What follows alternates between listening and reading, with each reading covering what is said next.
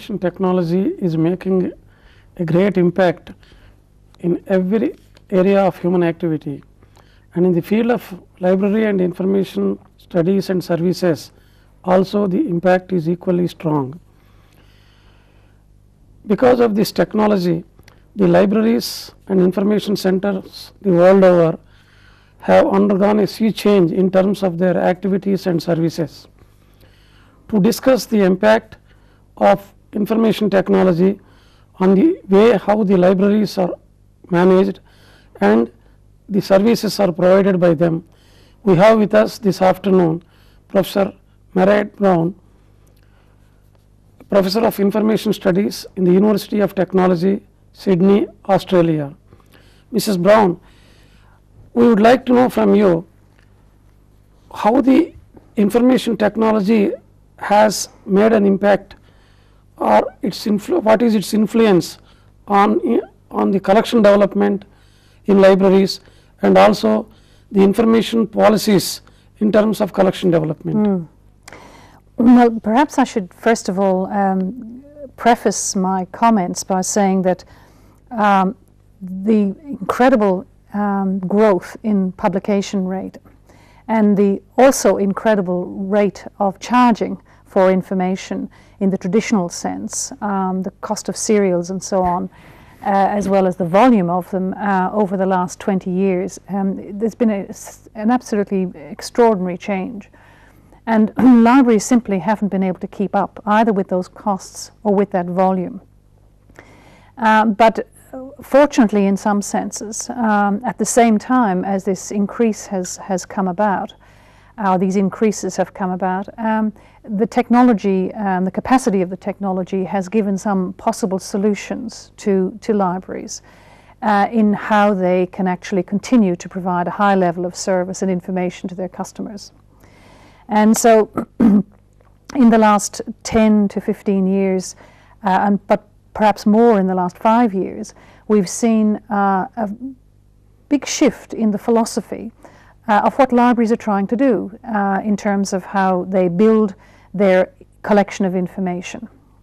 Now, there was a time, and it's not so long ago, when a library and a librarian in charge, an information service director, really almost had a dream of being self-sufficient, so that the ideal was that into the library would come a customer, a client, and they'd ask for the information, and in most cases you would expect to have in your collection the material to satisfy that need.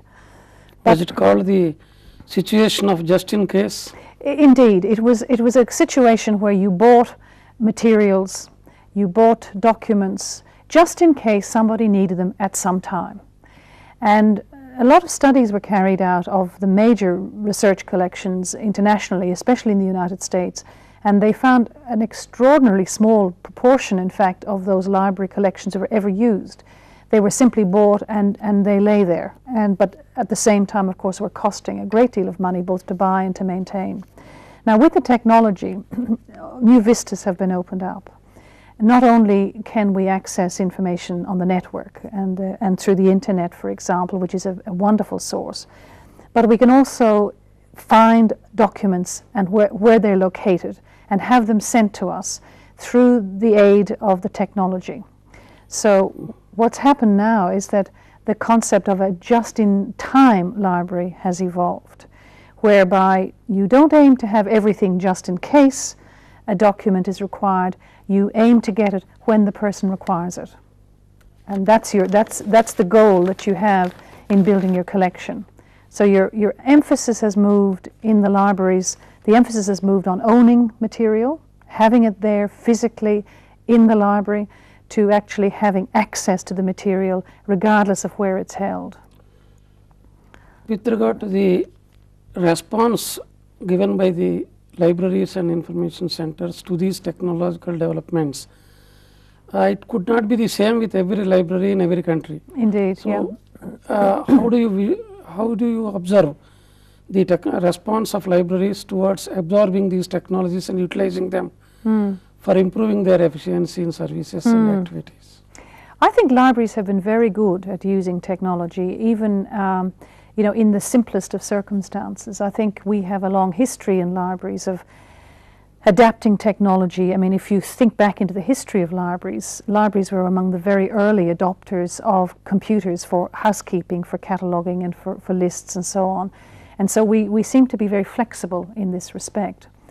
I think what's happened, certainly in my experience in Australian libraries, and I'm talking about the smallest local library right through to the research libraries and the National Library, is that money that previously was being spent on buying books and serials is now being spent on the technology. So it does have a big effect on how you actually allocate your funds. And the technology is certainly expensive. But when you if you do a sum, if you do a little bit of mathematics, if you work out the cost of buying and holding materials just in case, you find it's actually cheaper to buy materials just in time. So your pattern of expenditure changes. I read a report recently of a very large United States conglomerate of libraries, and this is a scale that I don't understand in a sense, because our Australian libraries are not so big.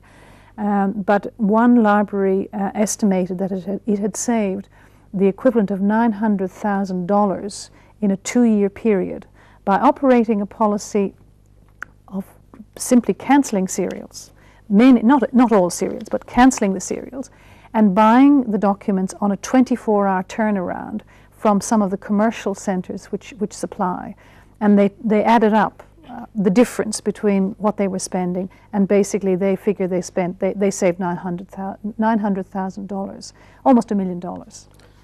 Can it be taken as a simplistic approach like that, because the extent to which a document is used again and again by different readers would also add to the cost factor or the cost benefit analysis? Yes. Rather than a particular journal may be used by a few individuals only at a time, whereas a few articles in a couple of journals may be used by several readers again and again. The just-in-time approach may work out much costlier in such a case than the just-in-case approach. That's absolutely true, and I think that's what libraries are discovering. I mean, there are two factors at work here. One is that the people who are publishing the periodicals, the serials, they don't particularly like the just-in-time process, because it means they're not selling so many serial subscriptions. And they're introducing surcharges, so that if, for example, I want to get a journal article from a particular journal that has a policy of surcharging, it's going to cost a quite substantial amount extra. So if the library is paying for this, it becomes prohibitive. So they really do not want to see this. But the just-in-time concept, just because you have a just-in-time philosophy doesn't mean you don't have a collection development policy. Essentially, you have to take a different approach to collection development, but you must still think through the kinds of uses and the kind of users and readers that you have.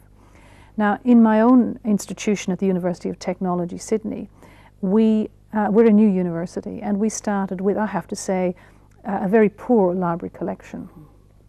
And the librarian was very keen to move down the just-in-time avenue. And he was rocketing down there. He was moving very fast. And eventually we said, stop, just a moment. And now we have a policy where the base range of materials. So we do, of course, still have books and materials. I can still go into the library and get the core journals in my area. I can still go into the library and get the core monographs in my area. But anything that's really not to do with the teaching program of the university, that's more esoteric, then it comes in on the just-in-time philosophy. For taking the approach of just-in-time, good infrastructure, communication infrastructure is required, and the software support. For certain countries which are not well equipped with this infrastructure, for high-speed data transfer, and also in the countries where the foreign exchange is a problem, the just-in-time may be may not be the right approach. What is your reaction to that situation? Well, I believe that the just-in-time philosophy can work equally well in a country without a highly developed infrastructure. In Australia, we do have good telecommunications infrastructure. We have a very, very large country. It's very, very large with a small population, great distances. But we do have the benefit of a well-developed infrastructure, and so we can go very readily to the United States, for example, for a document. The librarian in my institution can get a document for me on literally 3 or 4 hours turnaround. In a country where you don't have an infrastructure, where it's still in the developmental phase, it seems to me there's no reason whatever that the libraries cannot be more self-sufficient internally, and that they should be able to collaborate and cooperate so that the individual collections in those libraries become, if you like, conceptualized as part of a whole collection. And this is a concept we've had in Australia for some years, and it's got the label, the distributed national collection, so that our national library is not a great big imposing national library with every subject under the sun, but the National Library maintains the Union Catalogue, so that it is the central point, it's the place you go to for the information about the location, but then you don't get the document from there. You get it from a local library, perhaps, someone in your locality. And I think, the Postal Service enables you to operate a just-in-time, it seems to me, just as readily as does, sending data down a high-speed line. So I think it has validity. Such an approach requires also another requirement of the libraries responding very fast. Yes. And they must be having the minimum infrastructure for providing document copy within, say, a reasonable time of 24 hours or 48 hours. Yes. This just-in-time approach may work very well in large cities or in medium-sized cities which have reasonably good infrastructure. For remotely placed libraries or remotely placed users, even this would be difficult because they have to have an online access to the central database which is available in the National Library. If that is also not available, perhaps it would be not practical to have just-in-time. But in those isolated areas, it's also unrealistic to have a just-in-case library. I think you're unlikely to have the capacity and the resources. Maybe it's different in this country, but in our rural and remote areas, it tends to be that they are smaller libraries, and the idea of them being self-contained is simply not feasible. There are some interesting developments in terms of how users react to the just-in-time. We've had considerable controversy. The National Library of Australia has moved to be, in some respects, in some aspects of its services, has moved to be a just-in-time. But many of the users don't like this. They have a picture, a vision, an expectation that they can walk into this library and have all their needs met. Now, the reality is, it's very interesting. Just before I left to come here, I saw a very interesting study which has been done in Australia. The reality is that when you look at the patterns of interlibrary loan that exist in Australia, the bigger the library, the more interlibrary loans they get. So no library is self-sufficient. But the users perceive that there is a self-sufficiency, and they get very nervous about the idea that they cannot walk in and expect to get that document straight away. In India, there are good libraries located in metropolitan cities, and there are good libraries in certain universities which are somewhat away from the metropolitan cities with good collections. And there are attempts being made from the government side to network all the Delhi university library system in the country. And also metropolitan libraries networks are coming up in Delhi, Madras and other places to have resource sharing among themselves. So the infrastructure necessary for that arrangement is building up slowly. In such a situation, what sort of arrangement would you suggest for the Indian students and library users to have a quick access to information and have quick document delivery system? Well, there's no easy answer, obviously, but it seems to me that the key to operating a just-in-time kind of philosophy, although, as I said earlier, it's probably going to be a hybrid. You know, you're going to have, in certain aspects of your service, there'll be a core of collection. It'll be a just-in-case idea. But it seems to me that we have to become very flexible in how we think, very flexible in how we do our business. And sometimes it's very hard if we've been used to doing things a certain way. I mean, let me give you an example. Again, just speaking of my own situation, when I wanted to order books for my students, I would order those books from the library, and an order would be placed with the bookseller, and eventually that would come through. Meanwhile, the term has begun, the classes have begun, no books. And yet I know that that book is available in a bookshop, several bookshops. But because we've ordered a certain way, well, that's traditionally the way we've done things. Now we've persuaded, or I won't say we've persuaded, it's the librarians themselves have come up with the idea. They have now been issued with a credit card. And so they have a credit card. They go, if you tell them it's in this bookshop, they will go to the bookshop and get it for you. Of course, this would not be done with every item because it's more expensive, as you know, to buy there's no discount if you buy over the counter. But it's that flexibility. Now, I don't know what similar schemes you might have in this area here, but I think that we have to put aside some of our library procedures and maybe look at how business does things. How does a business move documents or move items around? You know, what kind of delivery services have they got? In India, the library science students mostly depend on library collections because books are very expensive, even journals are very expensive, which is normally beyond the reach of the means of the students, even teachers.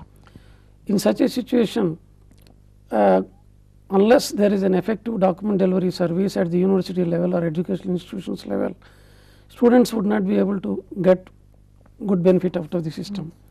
May not get themselves equipped well during the course period.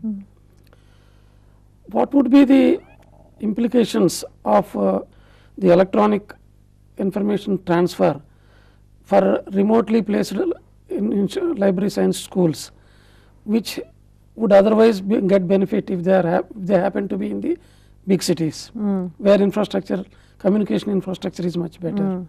So you're talking about students who are in remote locations, yes, so to speak, away. We have this problem in Australia too because of the geography.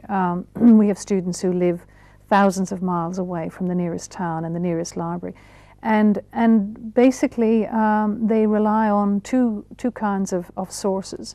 Well, we have, like you have, Open University, broadcast media and so on, but we basically use the postal service. Now sometimes, and this is something that I found very novel when I went to Australia, the postal service sometimes comes in on an airplane. So people are living in remote stations, as they're called, and farms, and their mail comes in on a small airplane, and they get a drop of mail every 2-3 months. And there's communication over the radio back to the base where the student is enrolled. So I think clearly the internet is going to cut across this in due course when students and individuals out in communities have access to internet and go via satellite to communication centers. I think that will also provide a way forward. I guess when CD-ROMs become yes, easier to produce, then we will have those CD-ROMs available. And a CD-ROM, as you know, is not expensive it's expensive to produce, but not expensive to duplicate. And I think that people will have personal computers in their homes and will have those CD-ROMs to back up the other more traditional mechanisms. It is clear that in the context of information technology arriving into libraries in a big way, the libraries have to have a modified collection development policy that suits the individual libraries. to the extent of their use or planned use of information technology. Librarians and library professionals have to play an increasingly important role in planning the infrastructure development of the institutions also for optimum utilization of those resources for providing very efficient information services. In a situation where say these technologies are not adequately available, efforts should be made by the library professionals to keep an eye on the incoming technologies into a country and then make best efforts to get them and make use of them for operating more and more efficient services.